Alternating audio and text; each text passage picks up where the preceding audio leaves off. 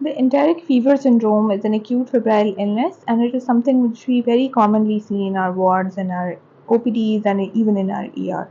So it's caused by the Salmonella typhi bacteria, most notably by the Salmonella enterica, and it has an incubation period of around 5 to 21 days. The most common route of spread is by the fecal-oral route, and that is why it is more common in our region where there is poor sanitation, poor supply of clean water, and there is overcrowding. So the enteric fever syndrome, it can present with a variety of symptoms, which are not just limited to the GI system, and they can present with multi-system involvement. But most notably, there is high-grade fever, which is documented usually up to 101 to 104 Fahrenheit. And this fever, it may resolve on its own within weeks to months in very few cases, or it may convert into complications like intestinal perforation or GI hemorrhages.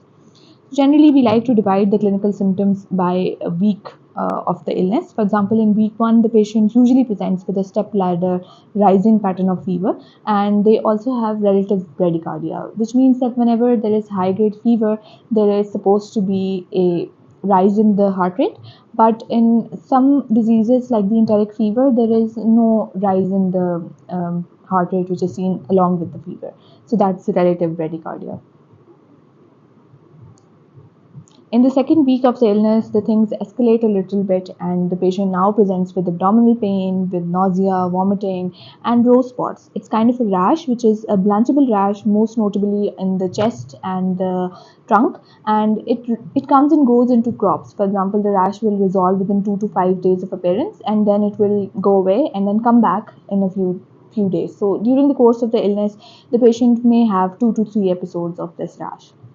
In the third week of illness, the patient presents with complications like intestinal perforation or the GI hemorrhage, which is because of the necrosis, ulceration of the pear patches which are enlarged in the intestines because of the Salmonella typhi invading the mucosa.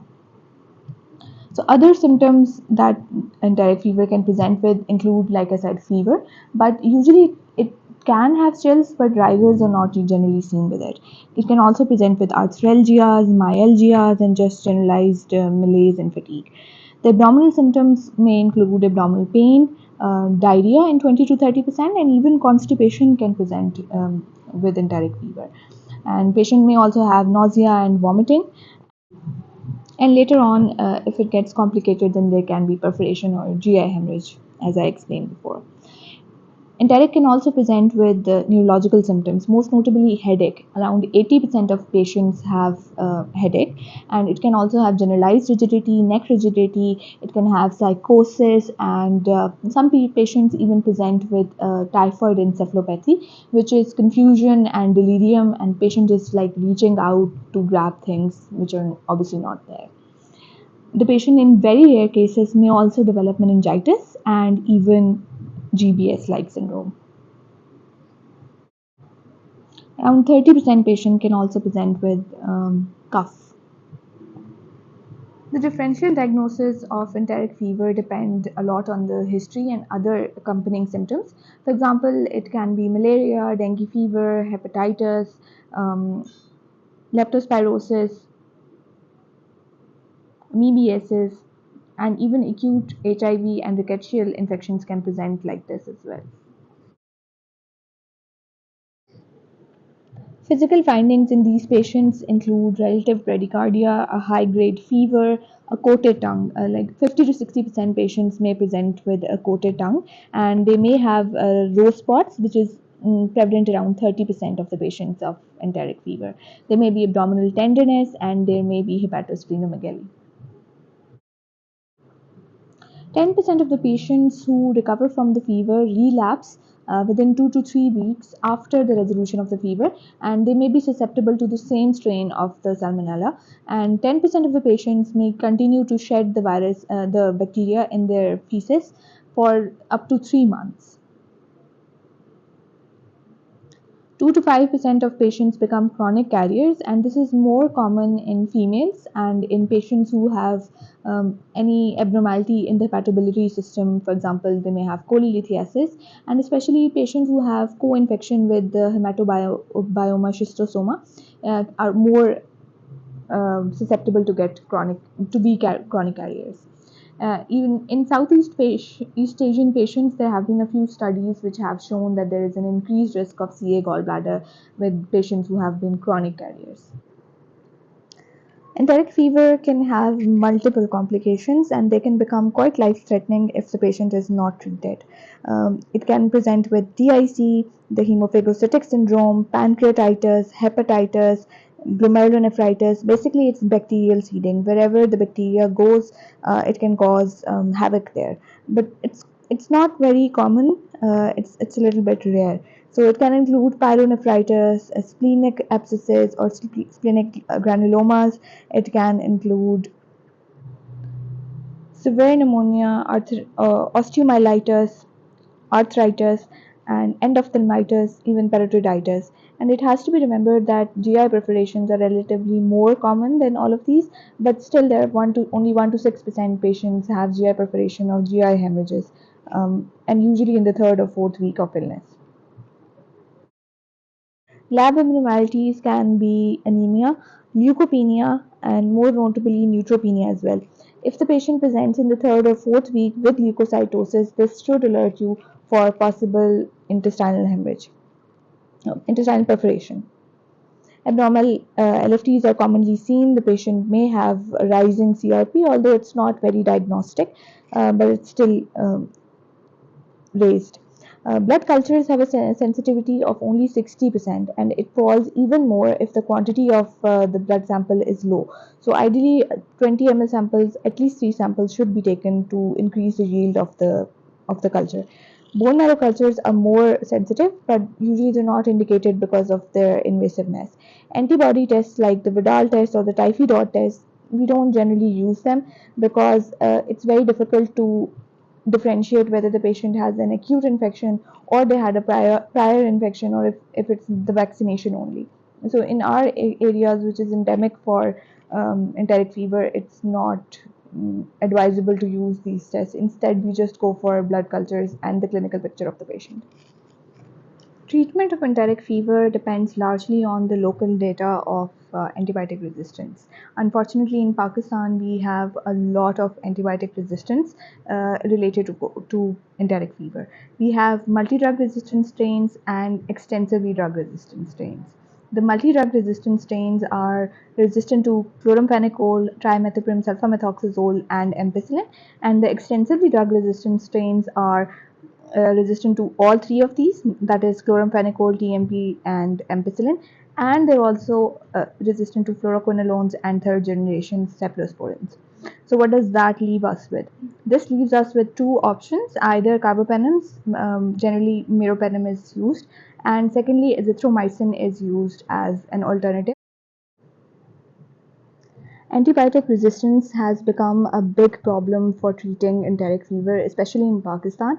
For example, the minimum inhibitory concentration is the measure of the amount of drug, the minimum amount of drug which is required to inhibit any microorganism growth. So, an MIC of less than 16 is found acceptable for azithromycin to target the Salmonella enterica. However, in Pakistan, we have had case reports of patients having MIC of 64 or more. That means that these patients were resistant to even azithromycin. This is deeply troubling, and it is something that we need to really think about because we're making so much, creating so much antibiotic resistance that now a simple enteric fever needs to be treated with carbapenems, and the availability and the cost of carbapenems is huge compared to rest of the drugs, and it creates unnecessary morbidity and mortality for enteric fever.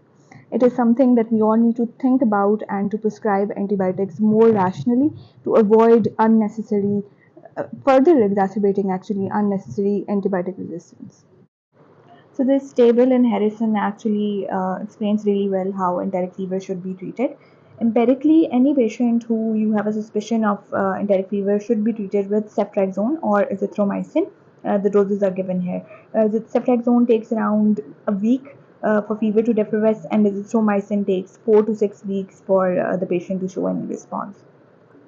If then you have the culture report available and the patient has full susceptibility to all the antibiotics, or the patient is not MDR or XDR, in that case ciprofloxacin can be given, or azithromycin can be given.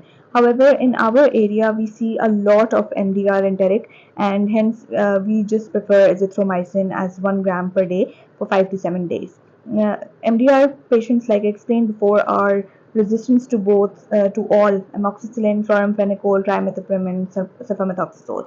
So we don't usually use these drugs. So azithromycin is a good alternative. In case the culture report shows an MDR organism, in that case again we give ceftriaxone and azithromycin. And if the patient has susceptibility, then fluoroquinolones can also be given, because remember, when there is resistance for fluoroquinolones, then that's an XDR strain, not MDR.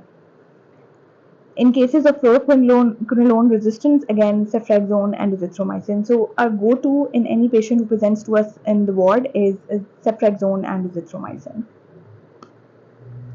However, if the patient has XTR strain and is resistant to the third generation cephalosporin as well, in that case, meropenem can be given in a dose of 1 gram TDS for 10 to 14 days, with or without azithromycin, 1 gram per day for 5 to 7 days.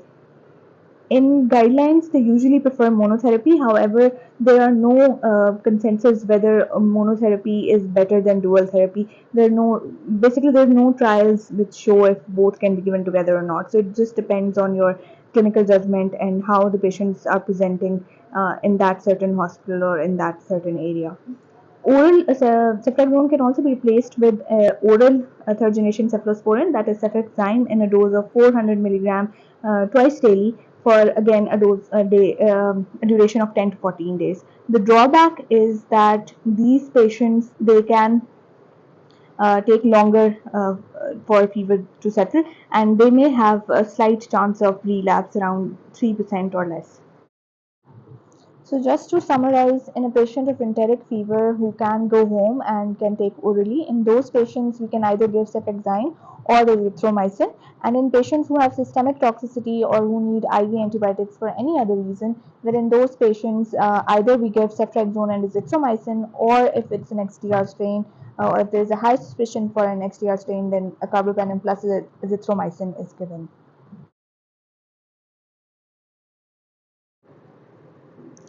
So once you have treated the patient and their fever settles, they become better and they're sent home, how do you follow up these patients? So 10% of these patients who get better, they continue to shed the bacteria in their feces for up to 3 months. And if they continue to do so for more than a year, then they're labeled as chronic carriers.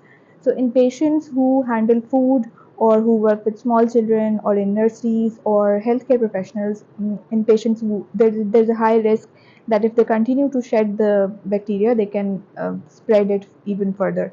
So in those patients, we screen them, and ideally we take 3 stool samples at least 24 hours apart to confirm if the patient is a chronic carrier or not. And once the patient has been established as a chronic carrier, they can either be treated with a fluoroquinolone, or in areas where there is increased fluoroquinolone resistance, Moxil can be given for up to 6 weeks. And then again, the stool samples are repeated and checked if the patient has cleared the bacteria or not. In cases of relapse, around less than 3%, there's a less than 3% chance that the patient may relapse, and usually it's the same strain which has infected them in the first place. In that case, the antibiotic regime is repeated. In severe cases of enteric fever, especially patients who present with altered level of consciousness or with profound shock, in these patients, injection DEXA can be given at a dose of 3 mg per kg IV stat, followed by 1 mg per kg every 6 hours for a total of 48 hours. This is one of the very few indications of steroids in an active infection, and this is based upon a few studies done in Bangladesh and Indonesia. The efficacy of steroids with other clinical manifestation is yet to be studied. For prevention of enteric fever, there should be clean water supply, better sanitation, better measures of hygiene.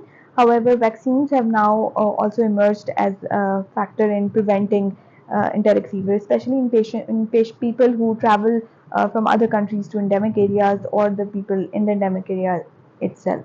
So the vaccines available are the conjugate vaccine, which is given as a single IM dose, or the polysaccharide vaccines, which are given as a IM or sub-Q dose, and then it can be repeated after 2 to 3 years. The efficacy found for the polysaccharide vaccine is better than the conjugate vaccine is better than the polysaccharide vaccine. Oral vaccines, the TY21A, are also available, and they are given on alternate days for a total of 4 to 6 doses. In Pakistan, the conjugate vaccine is available by the name of type bar, and the typhoid vaccine is available as the polysaccharide vaccine. It can be both of these can be given to children above 6 months of age. So I hope this covers pretty much everything about enteric fever that we generally see in our daily practice, and I hope you learned something new. Thank you.